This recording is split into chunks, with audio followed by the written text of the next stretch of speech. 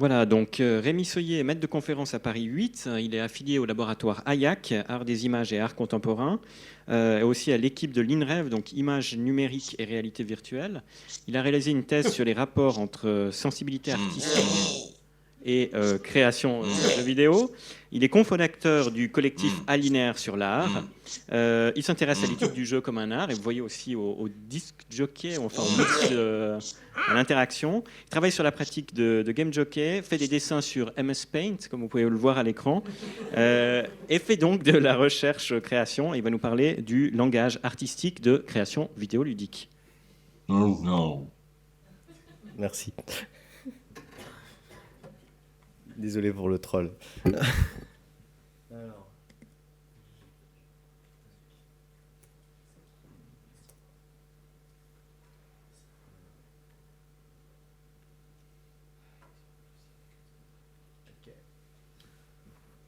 Ok. J'ai mon timer. Oui.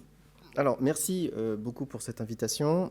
Je vous promets une présentation récréative pour conclure tout ça. Je m'excuse encore une fois auprès du comité de relecture pour le chaos de mon texte. Je réorganise un petit peu tout ça.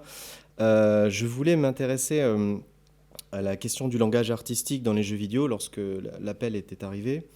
Étant moi-même artiste-chercheur à Paris 8, je crée des jeux vidéo que j'expose en musée, que je considère comme des œuvres d'art. Vous verrez que ce que je fais est très intellectuel. Voilà. Mais bon, vous allez voir aussi que j'emploie certains concepts un peu bagages pour ne pas trop m'embarrasser. La plupart du temps, en fait, mon activité consiste à enfoncer des portes et laisser les débris sur mon passage. Ça sera plus clair quand je montrerai des exemples. Donc d'abord, juste un petit mot. Donc, cette question de langage artistique et de recherche-création auquel je m'adosse.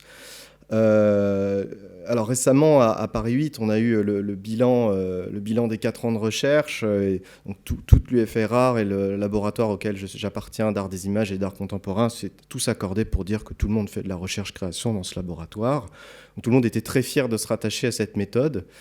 Et quand est arrivé finalement une espèce de bilan, on est dit, bon, bah, d'accord, mais finalement personne ne sait ce que c'est que la recherche-création.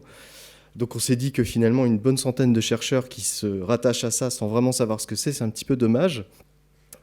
Alors, vous pourrez également rechercher, si ça vous intéresse sur Internet, la recherche-création, ce que c'est. Ça se rattache à une espèce de grand ensemble de questionnements qui vont être sur de la recherche-projet, de la recherche-action, de la recherche pour la création. Voilà, il y a plein de variations, c'est-à-dire que chaque école de pensée va avoir sa propre définition de la recherche-création. C'est tant mieux, puisque en tant qu'artiste, j'aime bien avoir ma propre définition des choses, même si elle est extrêmement égoïste.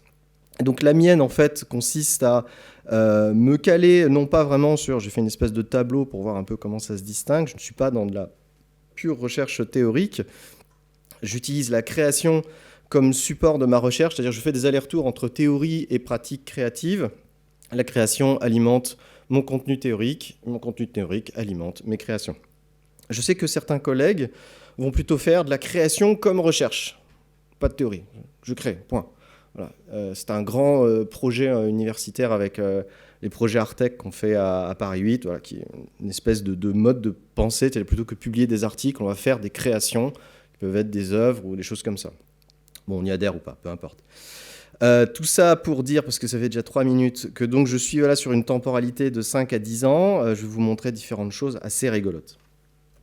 J'avais un peu plus vite. Donc ma pratique artistique théorique, ou ma patte, va se distinguer en 3 grands temps. Je vais d'abord vous présenter ce que je faisais à l'origine lorsque j'étais un adolescent petit con. C'est-à-dire que je faisais plutôt une approche un peu subversive de la création de jeux vidéo, où j'étais dans une approche un peu critique de la société, où j'essayais, voilà, avec mon jeu vidéo, de révolutionner le genre vidéoludique en faisant des jeux de merde. Qui étaient en fait plus théoriquement et plus sérieusement en fait des anti-jeux, des non-jeux. Je reviendrai sur ces aspects-là. Dans un deuxième temps, je me suis intéressé à cette question de l'autobiographique dans le jeu vidéo, qui est un petit peu compliqué, parce que surtout pour ma part, c'est pas vraiment un récit de toute ma vie tout à fait modeste, plutôt des jeux qui sont inspirés de vécus personnels, plus ou moins marquants.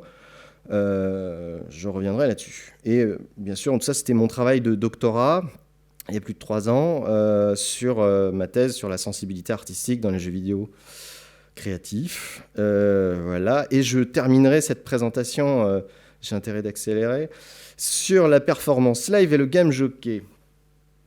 Alors, donc, en écoutant toutes les interventions hyper intéressantes, en fait, j'ai remis le nez dans mon mémoire en art et technologie de l'image en 2012. C'était sur cette question de la rhétorique. En fait, c'est une réponse à Monsieur Grandjean par rapport à tous ces petits aspects de comment suggérer des choses dans l'espace. En fait, j'avais fait des prototypes dont on voit pas du tout très bien en fait comment c'est animé. Par exemple, en haut à gauche, c'était un truc tout bête, c'est une espèce de labyrinthe où on n'a pas vraiment d'informations visuelles, mais on a juste des informations en fait qu'on va appeler pseudo-haptiques dans notre domaine, c'est-à-dire qu'ils vont simuler des effets haptiques par des variations de vitesse, c'est-à-dire qu'on va à un endroit et soudainement ça devient un petit peu plus lent, un peu plus rapide, ou ça se met à trembler. Typiquement, les effets pseudo-haptiques, c'est ce qu'on découvre, enfin c'est ce qu'on éprouve, j'en parlais justement dans le désert des Gerudo, quand on va dans le sable, on va un petit peu plus lentement, ça suggère l'idée qu'on s'enfonce dans le sable, ou bien quand on joue à un jeu de voiture, on est sur un sol très lisse, à un moment il y a un sol rocailleux, même Mario Kart, voilà, on sort du bord de la route, seulement ça tremble, ça va plus lentement, voilà, tout ça, c'est des choses qui vont suggérer des informations haptiques. Donc, la pseudo-haptique, c'est extrêmement utile pour suggérer des choses quand on est en train de le faire. Et donc, cette question de être en train de le faire, c'est quelque chose qui va alimenter ma réflexion tout le long de ma pratique. C'est-à-dire, qu'est-ce qui se passe, en fait, en termes d'esthétique en première personne, d'émotions esthétiques, d'expériences esthétiques, quand on joue à un jeu vidéo et qu'on a des informations qu'on ne peut vivre qu'avec la manette en main. Ça, c'est un sujet qui vraiment alimentait mon intuition. Un autre procédé qui avait beaucoup interpellé ma pratique, c'était une sorte de phénomène que j'appelais de façon particulière la comparaison interactive. Je reviendrai dessus à travers des exemples, ça sera plus clair. Ce que je faisais un peu en bas à gauche, c'était l'idée de juxtaposer deux scènes qui ont l'air d'avoir toutes les apparences en termes de game design, de gameplay, mais une simple petite variable de gameplay, de mouvement, de conditions, de mécanique ou de ludem pouvait ainsi donner un tout autre sens en fait à l'expérience de la scène et ainsi suggérer des rapports de domination, de puissance, de force, de faiblesse, de plein de choses. Je reviendrai dessus avec des exemples, ça sera plus clair. Alors, super, le GIF fonctionne. Donc, suite à ça, en fait, je me suis intéressé à pas mal de petits exemples. Vous avez par exemple Everyday I'm Working en haut à gauche, qui est un jeu avec plusieurs petites scènes qu'on enchaîne les unes après les autres. Oui, j'aurais dû vous dire c'est Not Safe for Work, c'est Peggy 18, pardon. Trop tard. En fait, chaque scène, en fait, il faut faire des gestes avec le joystick pour faire comme ce qui se passe à l'écran, en fait. C'est-à-dire des matraquages de gueule, des coïts, des hélicobites, de la défécation, enfin voilà, des choses très intellectuelles. Bon, peu importe le sujet, c'était surtout parce que j'avais fait ça dans le cadre d'un concours qu'il fallait que ça choque un peu. Mais ce qui était intéressant, c'était cette idée de pouvoir mettre en comparaison des choses, comme par exemple les personnages en bas à droite qui gueulent, qui essayent de s'expliquer. L'idée, c'était d'avoir dans le geste une sorte de geste d'explication de gauche à droite, puis en fait le geste de gauche à droite devient un geste de révolte, et puis finalement le geste de révolte devient un geste de manifestation. Enfin, c'est toujours le même geste, mais l'idée c'était de le répéter dans des situations narratives différentes, mais qui, parce qu'il y avait ce geste répété, en fait faisait un petit peu une rime.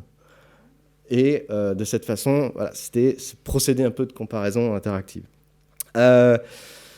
Ça, c'est pour Pierre-Yves, c'était sur le Cube Sandwich. C'est une sorte de jeu en cadavre exquis qui avait pour but, avec plusieurs auteurs, d'enchaîner des sortes de genres différents de création de jeux. Et donc, nous avions par exemple en bas à gauche une véritable photo de merde, puisqu'on se fait déféquer sur l'écran.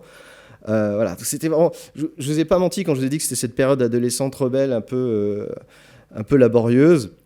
Voilà, je pourrais parler aussi du Fastest RPG Ever, qui est un jeu vidéo qui dure 1 seconde. Et vous enchaînez en fait la plupart des clichés et des tropes de jeux de rôle. Je vais continuer, parce que je vais pas avoir le temps. Donc, pour résumer, les 2 principes en fait, qui font un petit peu partie de mon vocabulaire de cette époque-là, artistique, entre guillemets, qui était donc ce procédé de comparaison interactive, que j'ai beaucoup plus développé dans un article où j'analyse le jeu Dysphoria, si ça vous intéresse. Parce que ce jeu utilise beaucoup ce procédé-là. Voilà, qui est le principe du scène 1, scène 2, et puis on fait des variations, et c'est un procédé que je réutilise assez régulièrement dans mes jeux. Et cet effet pseudo-haptique, si ça vous intéresse, c'est Anatole Lécuyer qui a théorisé ça. Et c'est vraiment très très riche, je trouve. C'est quelque chose qu'on peut utiliser à la fois pour suggérer des effets physiques, mais aussi pour suggérer des effets plus psychologiques ou d'intériorité du personnage. Typiquement, si le personnage est malade, il va se mettre à ralentir, il va avoir son animation qui va être saccadée. Ou si le personnage qui est bourré, en fait, là, il va être un petit peu pas très droit. Donc ça va suggérer des choses. Et moi, je trouve ça hyper intéressant. Donc, on arrive un peu à cette nouvelle étape, en fait, où j'essaie de faire évoluer un peu mon vocabulaire de création, d'essayer de trouver un petit peu plus cette idée de langage. Donc j'ai fait une thèse sur la sensibilité artistique et la création vidéoludique. Comme on l'a dit, je fais des dessins sous Paint.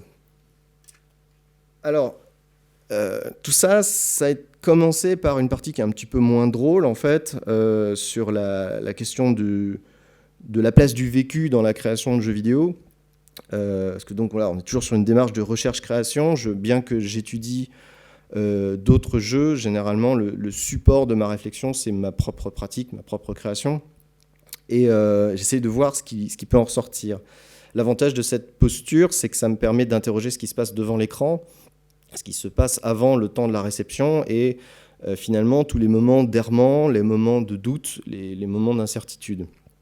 Donc, par exemple, Public Official à gauche, qui est un jeu qui raconte mes déboires administratifs avec la Maison des artistes en France, où j'avais des problèmes, en gros, où on a perdu mes papiers, on ne les a pas retrouvés, il y a eu de la mauvaise foi, de mon côté aussi, mais de là-bas surtout, évidemment, plus. Problème avec un huissier de justice qui vient me voir et tout ça. Enfin bon, bref, ça a été le chaos, et donc ça a été vraiment très déprimant comme période. Pour essayer de représenter cette sorte de déprime et d'enfoncement dans une espèce de puits sans fin, j'avais fait une espèce de jeu où on doit trouver des documents et on doit s'enfoncer. Sauf que plus on avance dans le jeu, plus ça se met à glitcher, plus ça se met à devenir un peu injouable, difficilement facile à retrouver. Et il y a de très grandes chances en fait, qu'on se retrouve face à un blue screen, puisque de toute façon, l'administration française, si elle perd vos documents, vous ne les retrouverez jamais. Bon, voilà, c'était une petite idée. L'autre idée, c'était Slender is in my home en bas à droite.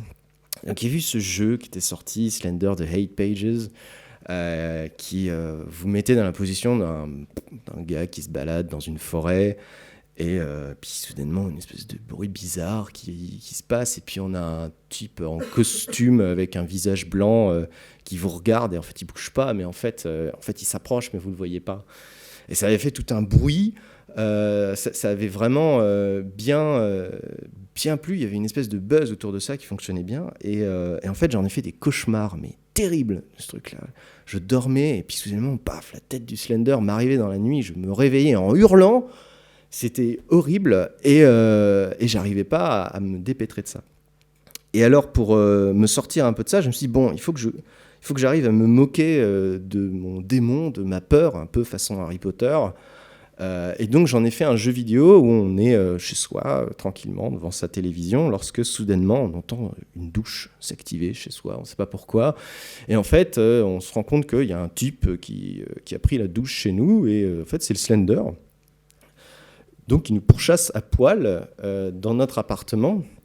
Et il faut trouver les vêtements qui sont éparpillés dans l'appartement avant lui pour devenir nous-mêmes le Slender, en fait, et tordre le cou au Slender. Alors, un truc qui avait émergé de ça, qui m'a fait beaucoup rire, c'était que Il y avait des youtubeurs et des streamers qui ont streamé mon jeu qui est extrêmement mauvais, hein. Vraiment il vaut pas le coup, hein, je vous le conseille pas du tout. Et alors c'était marrant parce que de voir un peu justement toutes les expressions de streamers. Hey, salut, si vous aimez ma vidéo, faites un pouce bleu. Enfin, on retrouve effectivement aussi ce même genre de code. Et puis c'était ce moment de réaction où on voit bien que j'utilisais tous les codes du jeu d'horreur. Et puis j'ai peur, je me suis fait avoir. Et puis après coup, il se dit mais il était tout nu en fait. Puis après il le rire. Enfin bref, c'était drôle. Et donc j'ai plus fait de cauchemar après ça. Voilà, c'est une espèce d'approche un peu thérapeutique, voilà, du jeu vidéo.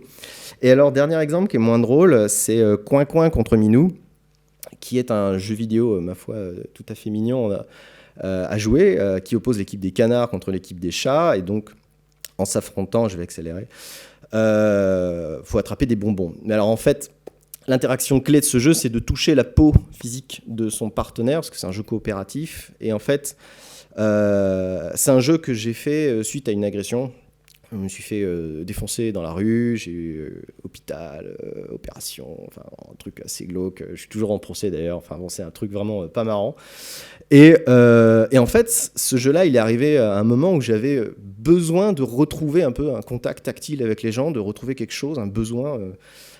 Et ce jeu, c'est vraiment en permanence, j'attends de toucher et je dois accepter de toucher l'autre. Parce que surtout, toucher quelqu'un qu'on ne connaît pas, il y a une expérience qui est particulière.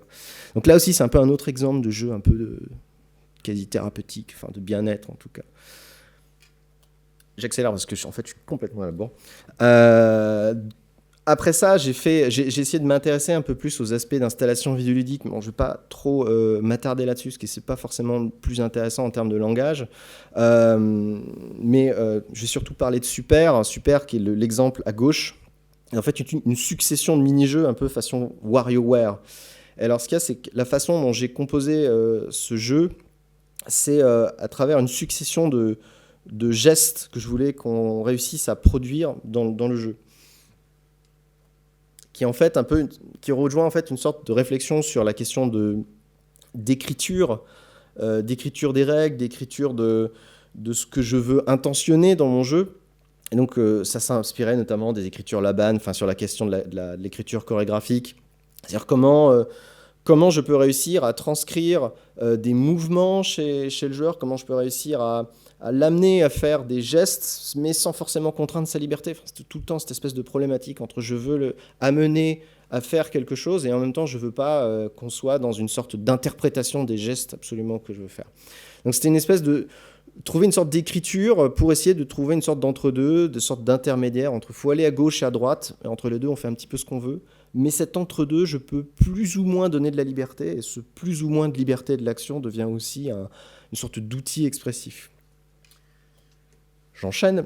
C'est ce qu'on retrouve aussi avec le Trump Talk, le jeu que j'ai montré au tout début. En fait, on a Trump qui va se transformer en animal, où on a en fait 3 temps. On a le Trump qui arrive et on a une situation en fait où on peut découvrir le Trump qui se met à parler et progressivement, à force de parler, en fait, il se transforme en animal jusqu'à ce qu'il arrête de parler. Et ce que je voulais montrer à travers ce jeu, c'était cette idée qu'une espèce de folie qui se dégage du personnage et les contrôles suffisamment simples et la liberté qu'on peut avoir en fait à utiliser le Trump vont fortement motiver, mais c'est pas exclusif, l'idée d'appuyer n'importe comment en fait sur le clavier et donc de faire un Trump qui bavarde mais qui dit que des conneries quoi. Et c'était pour essayer plus d'utiliser cette liberté de l'action comme une sorte de métaphore de ce que je voulais réussir à exprimer comme portrait de Trump. J'enchaîne.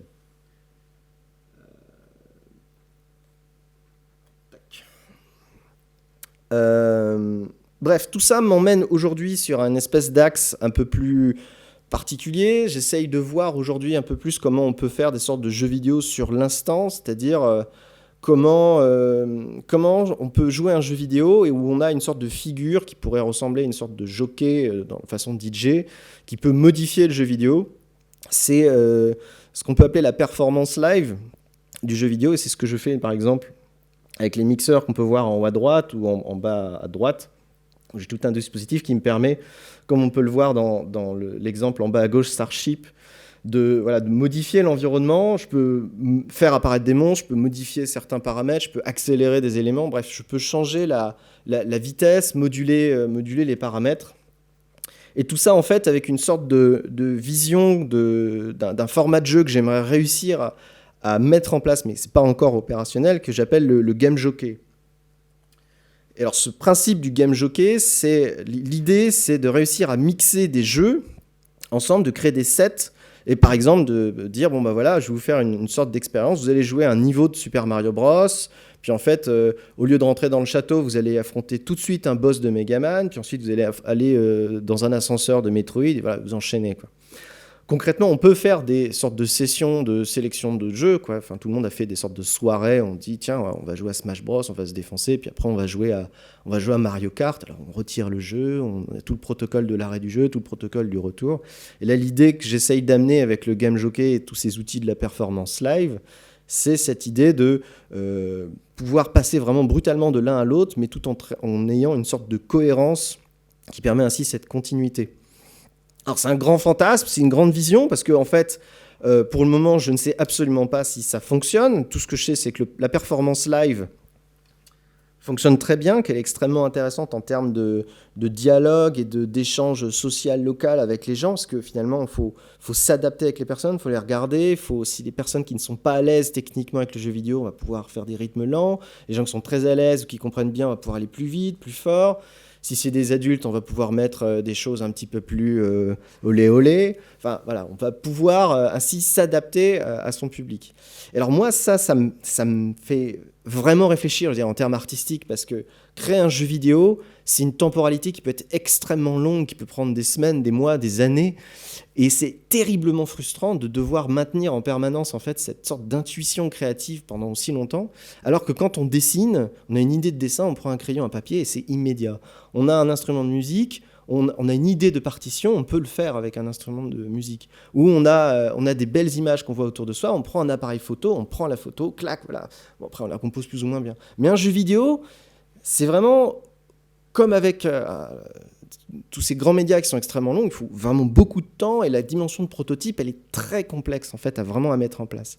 Et cette idée de performance live et de game jockey essaye un petit peu de résorber cette frustration que j'ai de réussir à qu'est-ce que je peux prototyper là tout de suite maintenant si j'ai une idée de jeu, si j'ai une idée de quelque chose qui peut changer, est-ce que je peux le voir tout de suite, est-ce que ça peut fonctionner? Sauf que alors, on voit peut-être pas très bien. Moi, sur mon timing, en fait, là, pour le moment, j'en suis plutôt au développement d'une application d'émulateur de jeu avant de faire une sorte de véritable mixeur. Et pour, à terme, en fait, c'est vraiment pouvoir commencer à étudier ce moment où je vais pouvoir dire, OK, qu'est-ce qui se passe quand on crée un jeu sur le moment et quelle sorte d'esthétique il peut se produire, quelle sorte de sensibilité, est-ce que chaque jockey va faire des sélections de la même manière, comment on peut faire jouer aussi 10, 30, 100 personnes en même temps, enfin voilà, il y a toutes ces questions qui sont encore pas résolues, et je vais terminer sur ça. Tout ça en fait, c'est une espèce de cohérence en fait, c'est-à-dire que tout le game jockey en fait tient lieu de toute ma réflexion sur cette sorte de fragmentation du jeu que j'essayais de faire avec les idées de comparaison interactive qu'on pouvait avoir avec le Everyday I'm Working, cette idée voilà, de succession qu'on peut retrouver avec WarioWare, c'est un petit peu ce que j'essayais de retrouver là. Dans le game jockey, j'essaye aussi voilà, de m'intéresser à cette dimension corporelle et située dans l'espace du jeu avec les installations que j'ai décrites extrêmement rapidement tout à l'heure. Donc voilà, toute ma recherche de langage artistique, en fait, va essayer d'être sur cette formulation d'un vocabulaire en fait, qui me permette de mettre des mots sur les portes que j'enfonce et d'essayer de voir s'il y a soit des nouveaux terrains techniques qui peuvent se développer, des nouveaux terrains expressifs. Parfois, c'est complètement foireux. Parfois, c'est très intéressant. Mais voilà, c'est pour répondre un petit peu, histoire de conclure cette question de langage artistique. Et je vais m'arrêter sur ça, parce que sinon, je vais trop déborder. Voilà, je vous remercie.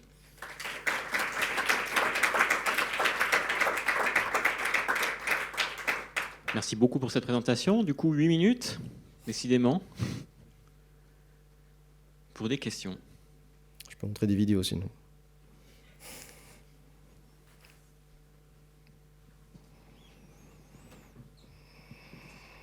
Merci beaucoup, c'était très intéressant, inspirant et drôle.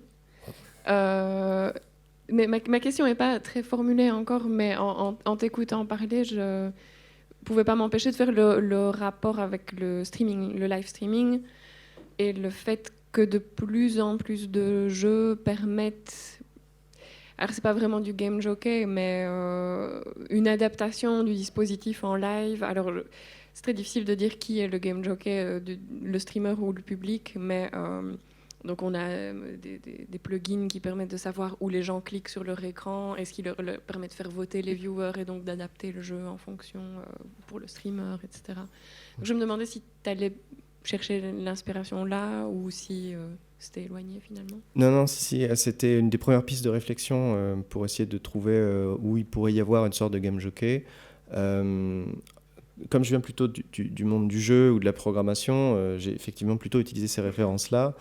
Et on m'a rappelé qu'en fait, finalement, la pratique disc jockey est extrêmement codifiée et qu'elle engage en fait plein d'aspects que j'ai pas eu le temps de décrire, en fait, je me rends compte, qui sont par exemple déjà la figure de jockey, en fait, qui est déjà très, très importante dans le disc jockey. Voilà, c'est une personne qui va incarner cette sélection de musique, cette sorte de playlist améliorée, qui va parfois aussi aller plus loin et faire un show, enfin, quelque chose de visuel. Il y a aussi ce qu'on appelle la culture des samples, extrêmement important dans la pratique DJ, qui va être cette idée à la fois effectivement qu'on sélectionne des musiques, mais qu'en plus de ça, en tant que DJ, on connaît les musiques et on connaît des passages et des variations, enfin des aspects particuliers de certaines musiques qui peuvent plus ou moins aller ensemble. Et en fait, c'est ce truc-là en fait qui m'intéressait plus particulièrement, qui me semblait pas vraiment possible à découvrir dans les dispositifs actuels en ligne, en tout cas à ma connaissance, où on pouvait dire, ok, je sais que dans tel passage de tel jeu à tel endroit, il y a ce mouvement ou cette situation d'action que je trouve très intéressante, ce QTE, ou là, parce qu'il y a telle situation particulière, une configuration particulière, et j'aimerais toutes les mettre bout à bout, parce que je trouve qu'il y a une sorte d'écho qui peut se faire, une sorte de continuité. Et c'était un peu vers ça que j'avais envie d'aller. C'est super cool. Merci. Oui, merci beaucoup pour ta présentation. J'avais peut-être une petite question. Je me demandais, en fait, ça ressemble beaucoup à, mettons, porte-donjon, ce genre de remix-là. Puis, est-ce que tu as été voir justement du côté de la pratique des jeux de rôle sur table ou même avec des jeux qui permettent justement d'avoir quelqu'un qui est comme Dungeon Master, des jeux vidéo, là, d'être Dungeon Master puis de mettre des ennemis puis des différentes traps comme ça? Oui, tout à fait. Alors, deuxième hypothèse de départ de la recherche, donc effectivement, c'était la proximité entre la figure du Game Master et du Game Jockey. Et de voir, en fait, est-ce que le Game Master, en fait, c'est tout simplement pas le disc jockey du jeu vidéo. C'était une première hypothèse que j'avais, qui est effectivement, quand on analyse les deux figures, on a d'extrême proximité, c'est-à-dire en termes de pouvoir de modification, en termes de différence aussi de pouvoir de modification. Je trouvais que c'était intéressant qu'en tant que Game Master, dans un jeu de rôle sur table, en tant que joueur, on a un pouvoir de création, parce qu'on a la parole, on peut modifier, on peut amener des choses, mais le Game Master, il va avoir, en plus d'un rôle de cohérence et d'arbitrage, voilà, il va pouvoir vraiment casser les choses, il va pouvoir amener vers d'autres choses, il va pouvoir utiliser son propre univers. Donc ça rejoint un peu cette idée de culture de sample. C'est finalement, plus on a joué à des jeux de rôle, en fait, plus on est un peu meilleur en termes de culture de Dungeon Master. Et après, là où, en fait, tout simplement pourquoi c'était pas suffisant pour moi, c'est que moi je voulais faire des mix de jeux vidéo. En fait. Et donc, il fallait, même en utilisant le Game Master, utiliser des outils de technologie qui existent pour faire notamment du game mastering sur ordinateur, mais ça ne me permettait pas de mixer Megaman et Mario, par exemple. Donc, il fallait que je trouve soit que je résolve le problème technologique, en fait, qui n'est pas tout à fait résolu. Mais pour le moment, ce que je fais, c'est des simulations de ce que j'aimerais avoir en termes de game jockey, mais ce n'est pas encore au point. Et qu'est-ce qui m'avait dérangé aussi sur le Game Master ? Je ne sais plus. Il y avait aussi cette dimension de surprise que je trouvais très intéressante, en fait. C'est-à-dire que quand on écoute, quand on va en boîte et qu'on a un DJ donc, qui fait un set, va y avoir à la fois cette idée où il nous surprend, il s'adapte à nous et il peut nous faire découvrir des morceaux. Et on n'est pas forcément connaisseur de ces musiques. Alors, c'est vraiment une opinion très personnelle, mais je trouve que dans le jeu de rôle, justement avec le game mastering, il y a quelque chose qui manque peut-être un peu de cet aspect de surprise pour les joueurs en termes de technique d'utilisation du jeu. Bref, là où je voulais rebondir, mais bon, on peut en débattre plus longuement après. Coucou Rémi. Merci beaucoup pour cette présentation très, très, très inspirante. Je t'en prie. Tu as répondu déjà en partie à ça à travers aussi les questions, parce que c'est vrai que je me posais beaucoup des questions par rapport à la persona que tu avais envie de créer. Est-ce qu'on est allé plutôt dans une direction un peu foraine et autres t'es parti ou autre, enfin, on imagine tout de suite vite autre chose. Et puis en complément à ça, peut-être ce que j'ai un peu plus de mal à imaginer, probablement c'est parce que tu n'as pas eu le temps de l'aborder. Est-ce que tu as quand même réfléchi au dispositif scénique idéal que tu imagines? Ce que j'ai du mal, disons, à percevoir, c'est est-ce qu'on a plutôt justement des participants qui sont plongés dans une musique continue ou dans une frénésie continue avec des jeux qui changent tout le temps? Est-ce que tu t'imagines plus en musée, en boîte de nuit où est-ce que tu veux emmener en fait ce dispositif? Ou est-ce que tu t'imagines un peu le soumettre? Voilà. Alors, ce qu'on a fait en expérimentation, c'est en résidence, où là, je suis dans une espèce de cabine avec mes mixeurs, et donc je modifie des paramètres de jeu. Là, je suis en train il y a de la musique, donc je beat en rythme. En fait, on va vite voir ça après. On a en fait ce sur quoi je travaille en ce moment pour prototyper. C'est vrai, je ne l'ai pas du tout décrit, mais en fait, on a développé avec mon collectif Alinéaire des gros boutons qu'on a au sol, qu'on peut brancher, qu'on dispose dans l'espace comme on veut, et on peut contrôler la lumière, récupérer les inputs. Et ça me permet de faire jouer 15 personnes différentes en même temps. En fait. Donc ça, c'est pour le moment, ça a l'avantage d'être visuellement assez sympa. Là, on voit, en fait, c'est une sorte de shoot 'em up assez classique, mais je peux changer les univers graphiques, je peux changer un peu plein de paramètres du jeu. Et ça m'a permis d'expérimenter plein de choses, mais c'est pas suffisant, en fait, parce que déjà, en termes de logistique, c'est extrêmement lourd, et finalement, ça s'est vite limité à 3-4 personnes, quoi. C'est-à-dire que plus on va être nombreux, en fait, plus ça va être le bordel. Et une hypothèse sur laquelle je travaille, c'est de pouvoir faire jouer une centaine de personnes ensemble, mais pareil, c'est une hypothèse, il faut que je le vérifie en pratique. C'est l'idée de faire jouer les gens sans dispositif, sans périphérique, en fait, c'est-à-dire plus avec des mains levées, des applaudissements, des brouhahas, des choses comme ça. Un peu ce que fait le Copenhagen Game Collective dans les restitutions de Warts à l'Indicate. Enfin, voilà, ils font jouer tout le monde avec des signes très très simples. Donc je me suis dit que là, ça peut être une hypothèse qui peut être intéressante et qui permettrait justement de revenir sur cette fusion entre pratique DJ un peu dansante, où on essaie de trouver un petit peu la vibe chez les gens et d'essayer de retrouver un peu ça dans une situation de jeu où on essaye de jouer peut-être en rythme, peut-être avec un certain code, je ne sais quoi. C'est un peu mon hypothèse du dispositif scénique idéal. Merci. Merci beaucoup. Avec ça, on est arrivé à la fin du temps. Donc, je vous propose de le réapplaudir.